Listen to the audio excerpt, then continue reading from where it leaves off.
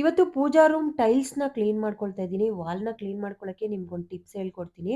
ತುಂಬಾ ನೀಟಾಗಿ ಕ್ಲೀನಾಗಿ ಹೋಗುತ್ತೆ. ಸೊ, ಅದಕ್ಕೋಸ್ಕರ ಮೊದಲಿಗೆ ಬಿಸಿನೀರನ್ನ ಕಾಯಿಸಿ ಹಾಕ್ಕೊಳ್ತಾ ಇದ್ದೀನಿ. ತುಂಬಾ ಬಿಸಿ ಬೇಡ, ಉಗುರು ಬೆಚ್ಚಗೆ ಅಂತಾರಲ್ವಾ, ಆ ಥರ ಇರಲಿ. ನಾವು ಕೈ ಹಾಕ್ಬೇಕಲ್ವಾ ಅದಕ್ಕೋಸ್ಕರ. ಇಲ್ಲಿ ನಾನು ಸರ್ಫ್ ಎಕ್ಸೆಲ್‌ದು ಲಿಕ್ವಿಡ್‌ನ ತಗೊಂಡಿದ್ದೀನಿ. ನಿಮ್ಮ ಹತ್ರ ಯಾವ್ದಿರುತ್ತೆ ಅದನ್ನ ತಗೊಳ್ಳಿ. ಸೊ, ಒಂದು ಸ್ವಲ್ಪ ಹಾಕ್ಕೊಳ್ತಾ ಇದ್ದೀನಿ. ಜಿಡ್ಡೆಲ್ಲ ಇದ್ರೆ ಮತ್ತೆ ಕಪ್ಪು ಕಪ್ಪು ಮಸಿ ಇರುತ್ತಲ್ವಾ, ನಾವು ಪ್ರತಿದಿನ ದೀಪ ಎಲ್ಲ ಹಚ್ಚಿದಾಗ ಅಲ್ಲಿ ಮಸಿ ಇರುತ್ತೆ. ಹೋಗಿ ಕುತ್ಕೊಂಡಿರುತ್ತೆ, ನಮಗೆ ಗೊತ್ತಾಗಲ್ಲ.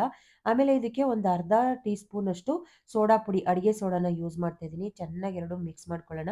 ಗ್ರಂಥಿ ಅಂಗಡಿನಲ್ಲಿ ಸಿಗತ್ತಲ್ಲ, ಅದೇ ಟವಲ್‌ನ ತಗೊಂಡು ಮಧ್ಯಕ್ಕೆ ಕಟ್ ಮಾಡ್ಕೊಂಡಿದ್ದೀನಿ. ದಯವಿಟ್ಟುನು ಯಾರು ಕೂಡ ನಾವು ಯೂಸ್ ಮಾಡಿರೋಂಥ ಬಟ್ಟೆಗಳ್ನ ದೇವ್ರ ಮನೆ ಒರೆಸೋದಕ್ಕಾಗ್ಲಿ, ಫೋಟೋ ಒರೆಸೋದಕ್ಕಾಗ್ಲಿ, ಮತ್ತೆ ದೇವ್ರಿಗೆ ಯಾವುದಕ್ಕೂನು ಯೂಸ್ ಮಾಡಬೇಡಿ ದಯವಿಟ್ಟು.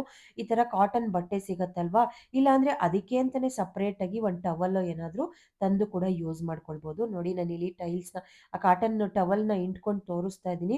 ತುಂಬ ಚೆನ್ನಾಗಿ ಕ್ಲೀನ್ ಆಗತ್ತೆ. ಎಷ್ಟು ಮಸಿ ಇರುತ್ತೆ ಅಂದ್ರೆ, ನಾವು ಪ್ರತಿದಿನ ದೀಪ ಹಚ್ತೀವಲ್ಲ, ಹಂಗಾಗಿ ಟೈಲ್ಸ್ ಮೇಲೆ ಕಪ್ಪಗೆ ಈ ಥರ ಮಸಿ ಇರುತ್ತೆ. ಒಂದು ರೌಂಡಿಗೆನೆ ಕ್ಲೀನಾಗಿ ಹೋಗುತ್ತೆ. ಆ ಲಿಕ್ವಿಡ್ ಮತ್ತೆ ಬಿಸಿನೀರು ಹಾಕಿರೋದ್ರಿಂದ. ನಿಮಗೇನಾದರೂ ಈ ಟಿಪ್ ಇಷ್ಟ ಆದ್ರೆ ಆ ವಿಡಿಯೋನ ಶೇರ್ ಮಾಡಿ. ಯಾಕಂದ್ರೆ ಬೇರೆಯವ್ರಿಗೂ ಕೂಡ ಯೂಸ್ ಆಗಲಿ ಅಂತ. ನೋಡಿ ಒಂದೇ ನಿಮಿಷಕ್ಕೆ ಈ ಥರ ನೀಟಾಗಿ ಕ್ಲೀನಾಗಿ ಹೋಗುತ್ತೆ ಒಂದು ರೌಂಡಿಗೆನೆ. ಸೊ, ಆ ಸೋಡಾ ಪುಡಿ ಕೂಡ ಹಾಕಿರೋದ್ರಿಂದ ಒಂದು ಸ್ವಲ್ಪ ಶೈನ್ ಬರುತ್ತೆ. ಎಷ್ಟು ಗಲೀಜಿದೆ ನೋಡಿ, ಕಪ್ಪಗೆ ಈ ಥರ ಇರುತ್ತೆ.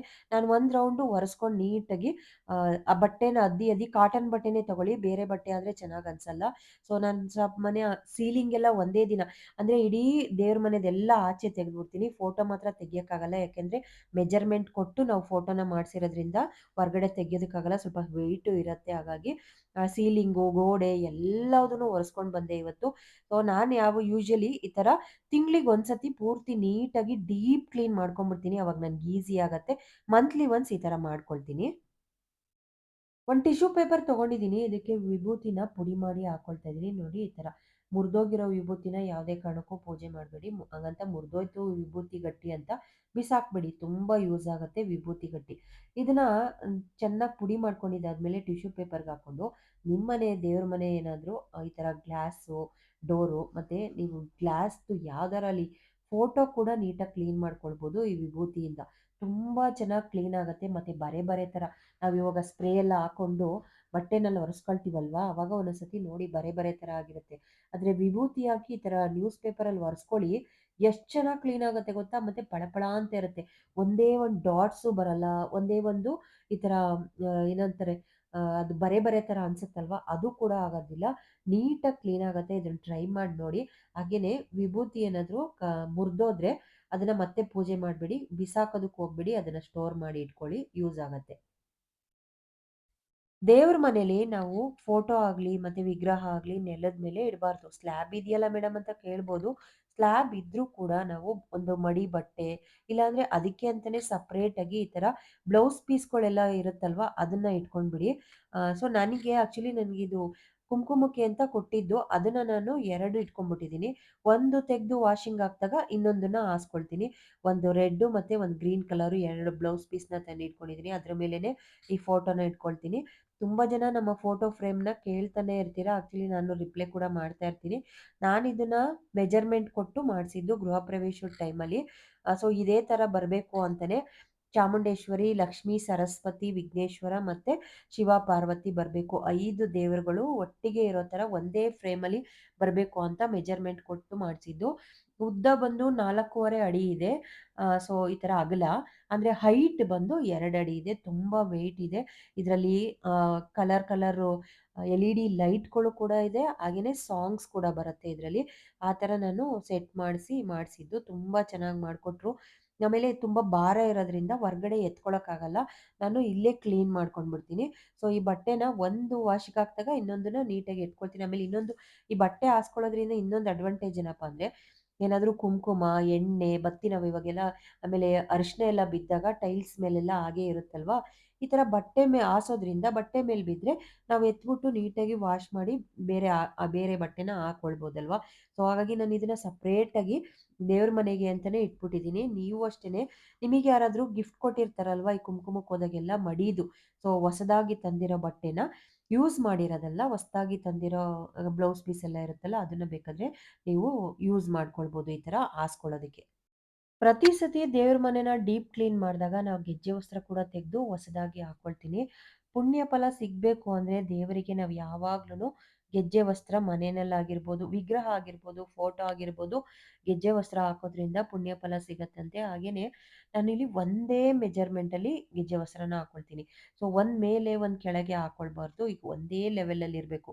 ನೋಡೋದಕ್ಕೂ ತುಂಬ ಚೆನ್ನಾಗಿ ಕಾಣಿಸುತ್ತೆ. ಹಾಗೇನೆ ತುಂಬ ಪುಣ್ಯ ಸಿಗತ್ತಂತೆ ಗೆಜ್ಜೆ ವಸ್ತ್ರ. ನಾವಿವಾಗ ಡೈಲಿ ಹೂವ ಹಾಕಿ ಪೂಜೆ ಮಾಡೋಕ್ಕಾಗಿಲ್ಲ ಅಂದರೆ ಗೆಜ್ಜೆ ವಸ್ತ್ರ ಈ ಥರ ಗೆಜ್ಜೆ ವಸ್ತ್ರ ಹಾಕೋದ್ರಿಂದ ಹೂವನ್ನೇ ಮುಡಿಸಿದೀವೇನೋ ಸೊ ಗೆಜ್ಜೆ ಮಾಲೆ ಅಂತಲೂ ಕೂಡ ಕರೀತಾರೆ.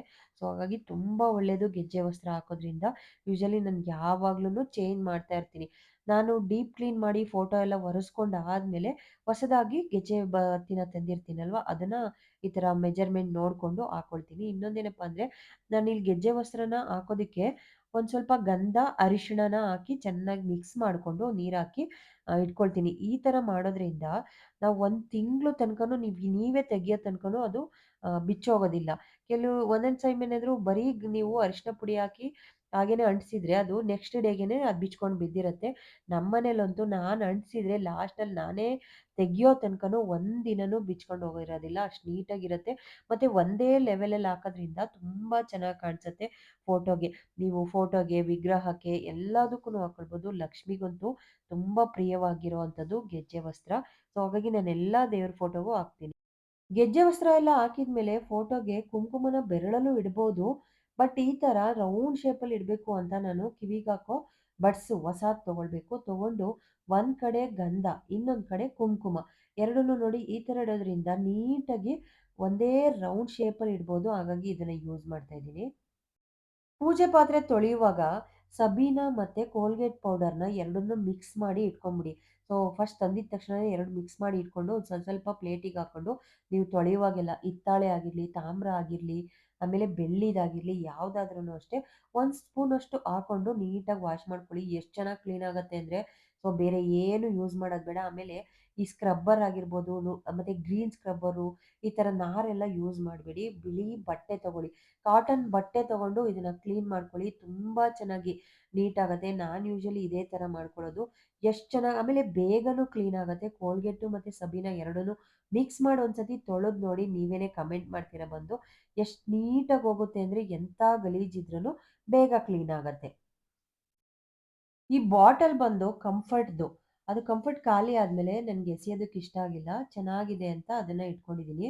ಇವಾಗ ಇದನ್ನ ದೇವ್ರ ಮನೇಲಿ ಆಯಿಲ್ ಹಾಕಿ ಇಟ್ಕೊಳ್ಳೋದಕ್ಕೆ ಟಿಶ್ಯೂ ಪೇಪರ್‌ನ ತಗೊಂಡು ಒಂದು 2 ಟಿಶ್ಯೂ ಪೇಪರ್‌ನ ಈ ಥರ ಕೆಳಗಡೆ ಇಟ್ಕೊಂಡಿದ್ದೀನಿ. ಇದಕ್ಕೆ ಒಂದು ಬೆಸ್ಟ್ ಐಡಿಯಾ ಮಾಡೋಣ. ಏನು ಗೊತ್ತಾ? ನಾವು ಈ ಶಾಪಿಂಗೆಲ್ಲ ಹೋದಾಗ ಕಾಟನ್ ಬ್ಯಾಗ್ ಕೊಡ್ತಾರಲ್ವಾ? ಅದನ್ನ ತಂದಿದ್ದಾದ್ಮೇಲೆ ಡಸ್ಟ್‌ಬಿನ್ನಿಗೆ ಥ್ರೋ ಅಂತ ಎಸಿಬೇಡಿ. ಈ ಥರ ನೋಡ್ಕೊಳ್ಳಿ, ಇಟ್ಕೊಳ್ಳಿ ಈ ಥರ. ಸ್ವಲ್ಪ ಫೋಲ್ಡ್ ಮಾಡ್ಕೊಳ್ಳಿ. ಒಳಗಡೆ ಫೋಲ್ಡ್ ಮಾಡಿ. ನೋಡಿ ಹ್ಯಾಂಡಲ್‌ನ ಫೋಲ್ಡ್ ಮಾಡಿ ಸ್ವಲ್ಪ ಕಲರ್‌ಫುಲ್ಲಾಗಿ ನಾನು ಆರೆಂಜ್ ಕಲರ್‌ದು ಇಟ್ಕೊಂಡಿದ್ದೀನಿ. ಚೆನ್ನಾಗೂ ಕಾಣಿಸುತ್ತೆ ಲುಕ್ ವೈಸು. ಒಂದೇ ಒಂದು ಡ್ರಾಪ್ ಎಣ್ಣೆ ಕೂಡ ಬಿದ್ರೂ ಅದು ಟಿಶ್ಯೂ ಪೇಪರಲ್ಲಿ ಹಾಗೇನೇ ಅದು ಅಬ್ಸರ್ವ್ ಮಾಡಿರುತ್ತೆ. ತುಂಬ ನೀಟಾಗಿ ದೇವ್ರ ಮನೆ ಗಲೀಜಾಗೋದಿಲ್ಲ ಈ ಥರ ಮಾಡೋದ್ರಿಂದ. ಎಣ್ಣೆ ಮತ್ತು ಅರಿಶಿನ ಕುಂಕುಮದಿಂದನೇ ದೇವ್ರ ಮನೆ ತುಂಬ ಗಲೀಜಾಗೋದು. ಅದರಲ್ಲೂ ಮಕ್ಳೇನಾದ್ರು ಬಂದು ದೇವ್ರ ಮನೇಲಿ ಪೂಜೆ ಮಾಡ್ತಾರೆ ಒಂದಿನ ಅಂದರೆ ಎಣ್ಣೆ ಎಲ್ಲ ಚೆಲ್ಲಿರ್ತಾರೆ. ಸೊ ಹಾಗಾಗಿ ಎಣ್ಣೆ ಕ್ಯಾಪ್ ಬಿಚ್ಚಿ ಹಾಕಿದ್ದಾದ್ಮೇಲೆ ಒಂದೇ ಒಂದು ಡ್ರಾಪ್ ಚೆಲ್ಲಿದ್ರೂ ಅದು ಅದ್ರೊಳಗಡೆನೇ ಇರುತ್ತೆ. ಕೆಳಗಡೆ ನಾನು ಟಿಶ್ಯೂ ಪೇಪರ್ ಕೂಡ ಕೊಟ್ಟಿದ್ದೀನಿ. ಸೊ ಹಾಗಾಗಿ ನೋಡೋದಕ್ಕೂ ಲುಕ್ ವೈಸ್ ಚೆನ್ನಾಗಿರುತ್ತೆ. ಮೇಲೊಂದು ಕೆಳಗೊಂದು ರಬ್ಬರ್ ಬ್ಯಾಂಡ್ ಹಾಕಿದ್ರೆ ಮುಗೀತು. ಲುಕ್ ವೈಸ್ ಚೆನ್ನಾಗಿರುತ್ತೆ. ಇದೊಂದು ಟಿಪ್‌ನ ಫಾಲೋ ಮಾಡಿ ನೀವು ಕೂಡ. ಇಂಟೀರಿಯರು ವುಡ್ ವರ್ಕ್ ಮಾಡುವಾಗ್ಲೇನೆ ಎಷ್ಟೊಂದು ಪ್ಲೇವುಡ್‌ಗಳನ್ನ ಹೊರಗಡೆ ಎತ್ತಿ ಬಿಸಾಕಿದ್ರು. ಈ ಥರ ಕಟ್ ಮಾಡಿ ನಾನಿದನ್ನ ಎತ್ಕೊಂಡು ಬಂದು ನನಗೊಂದು ಪೂಜಾ ರೂಮಿಗೆ ಮಣೆ ಬೇಕು ಈ ಥರ ಮಾಡ್ಕೊಡಿ ಅಂತ ಅವ್ರಿಗೆ ಹೇಳ್ದೆ. ಮೇಲ್ಗಡೆ ವೈಟ್ ಸನ್ಮೇಕ ಶೀಟ್ ಕೂಡ ಬಿಸಾಕಿದ್ರು ಬೇಡ ಅಂತ. ಅದನ್ನು ಎತ್ಕೊಂಡು ಬಂದು ನನಗೆ ಈ ಥರ ಒಂದು ಮಣೆ ಬೇಕು ಪೂಜಾ ರೂಮಿಗೆ ಅಂತ ಹೇಳ್ದೆ ಅವರಿಗೆ.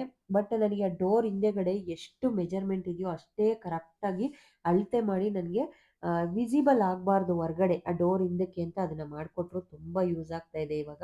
ಈ ಥರ ಒಂದು ಪ್ಲಾಸ್ಟಿಕ್‌ದು ಟ್ರೇನ ಇಟ್ಕೊಂಡ್ಬಿಟ್ಟಿದ್ದೀನಿ. ಇದಂತೂ ಬೆಸ್ಟು.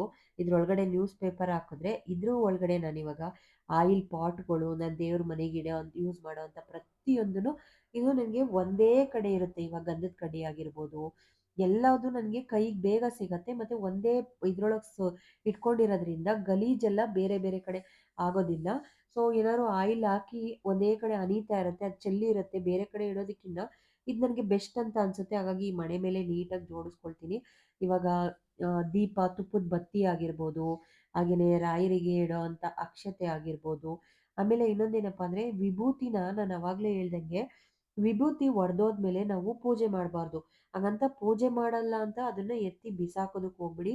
ತುಂಬಾ ಯೂಸ್ ಆಗತ್ತೆ ವಿಭೂತಿ. ನಾನೇನ್ ಮಾಡ್ತೀನಿ ಅಂದ್ರೆ ಒಂದು ಬೌಲ್‌ನ ಇಟ್ಕೊಂಡ್ಬಿಟ್ಟಿದ್ದೀನಿ.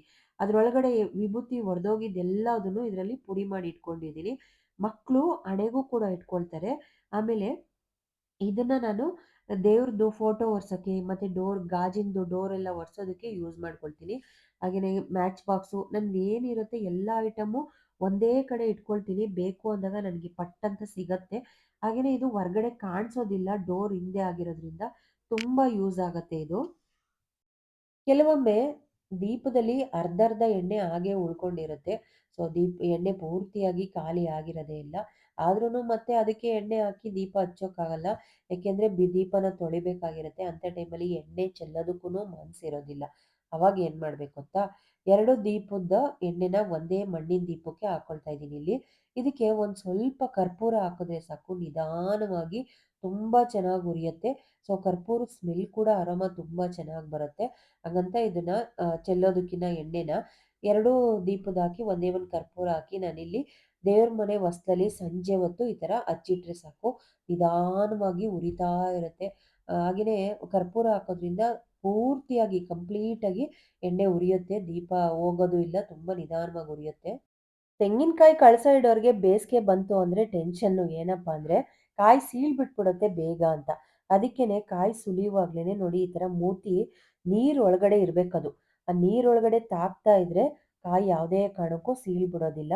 ಸೊ ಹಾಗಾಗಿ ನೀವು ಕಾಯಿ ಸುಲಿಯುವಾಗ್ಲೇನೆ ಆ ಮುಂದೆಗಡೆ ತುದಿನ ಕಟ್ ಮಾಡಿ ಬಿಸಾಕ್ಬಿಡಿ. ಅದು ಹಾಗೇನೇ ಇರ್ಲಿ.